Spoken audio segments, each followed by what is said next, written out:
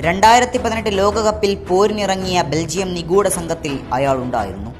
ഒരു തുരുത്തുപോലെ ഡിബ്രോയിനും ലുക്കാക്കുവും അടങ്ങിയ ഇരുമ്പിയാർന്ന ബെൽജിയംകാരെ മുന്നിൽ നിന്ന് നയിക്കാൻ നിയോഗിക്കപ്പെട്ടവനാണ് എഡൻ ഹസാർഡ്. പ്രപഞ്ച മണ്ണിൽ ബെൽജിയം നിരയിൽ ഓറഞ്ച് കുപ്പായത്തിൽ വിങ്ങുകളിൽ ചിത്രശലഭങ്ങളെപ്പോലെ പായി നടക്കുന്ന ഒരു 10ാം നമ്പറുകാരൻ. അയാളുടെ പേരാണ് എഡൻ ഹസാർഡ്. അയാളുടെ ബൂട്ടിനുള്ളിൽ പ്രതിരോധകരെ വെട്ടിച്ചു മുന്നേറാനുള്ള മാന്ത്രികതയുണ്ട്. എതിരാളികളെ വീർപ്പുമുട്ടിക്കാനുള്ള നൃത്ത ചുവടുകളുണ്ട്.